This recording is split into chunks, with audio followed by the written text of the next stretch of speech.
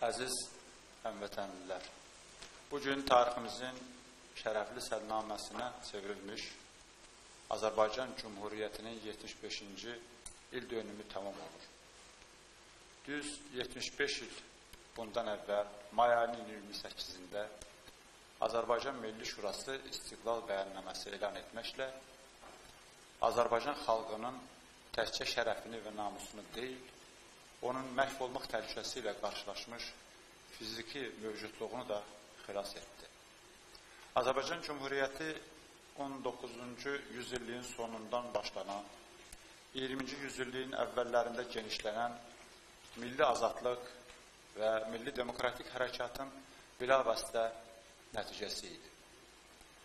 Beşiyi başında Zərdabinin, Əlibəy Hüseynzadənin, Ağaoğlunun, Topçubaşovun və digərlərinin durduğu milliyyətçi hərəkat Azərbaycan Cumhuriyyətini doğurdu.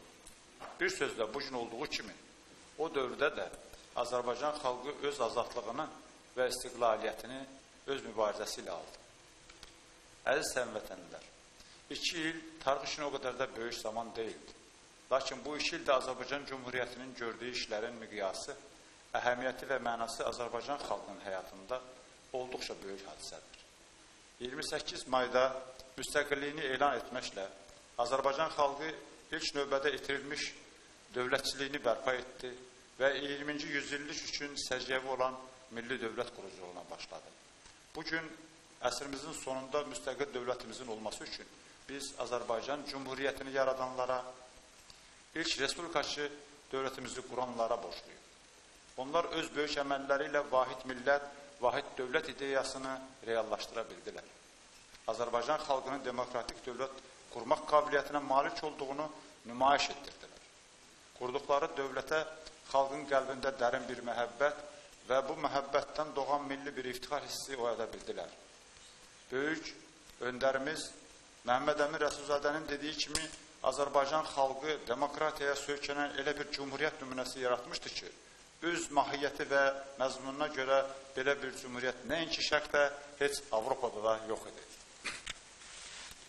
Əziz həmvətənlər, Azərbaycan Cumhuriyyəti dövlət atributlarının, milli rəmzlərin yaradılması, məktəb və mədəniyyətin tərəqqisi baxımından dəyərli işlər gördü.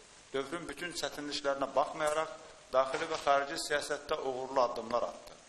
Çağdaş zamanımızda olduğu kimi o zamanda Rusiya imperatorluğu dağılanda Azərbaycan xalqı silahsız, ordusuz və müdafiəsiz qalmışdı. Bolşevik erməni talanlarından milləti xilas etmək üçün milli ordunun yaradılması Azərbaycan Cumhuriyyətinin ən böyük xidməti hesab edilməlidir. Məhz düzgün müəyyənləşdirilən diplomatik addımlar, qısa vaxta formalaşdırılan güclü nizami ordu 1919-cu ildə Qarabağda Azərbaycanın suverenliyini və ərazi bütövlüyünü bərpa etməyə imkan verir. Dəyərli yurttaşlarım, ilk Cumhuriyyətimizin yaradıcılarının vətən sevgisi, millət qayğısı bugün hamımız üçün örnək olan mənəvi etik normalardır. O zaman bizim istiqlalımızı məhv edən Rusiyanın özündə də bugün mütərəqqi proseslər gedir. Bugünkü Rusiya demokratiyaya üz tutmuş, sivilizasiyalı dünya sisteminə daxil olmaq uğrunda olduqca çətin, ağırlı, acılı bir yola qədəm qoymuşdur. İndi artıq Rusiya siyasi dairələrində imperiya sisteminin uğursuzluğunu, onun bərpasının qeyri-mümkünlüyünü qəbul edən realist bir siyasi mühit formalaşmaqdadır. Müasir dövrdə Rusiyada gedən proseslərdə demokratik meyillərin imperiya-pərəst təfəkkürdən üstün olduğu özünü göstərir. Biz demokratik Rusiyaya inanırıq, onunla hər cür iki tərəfli əməkdaşlığa hazırıq. Əziz həmvətənlər, böyük çətinliklər bahasına babalarımız özləri dediyi kimi yoxdan bir dövlət yaratdılar. Bir istiqlal bayrağı ucatdılar. Bugün həmin dövlətin olanını qorumaq, olmayanını yaratmaq bizim üzərimizə düşür. Başladığımız yeni dövlət quruculuğu prosesi heç də asan yol deyil.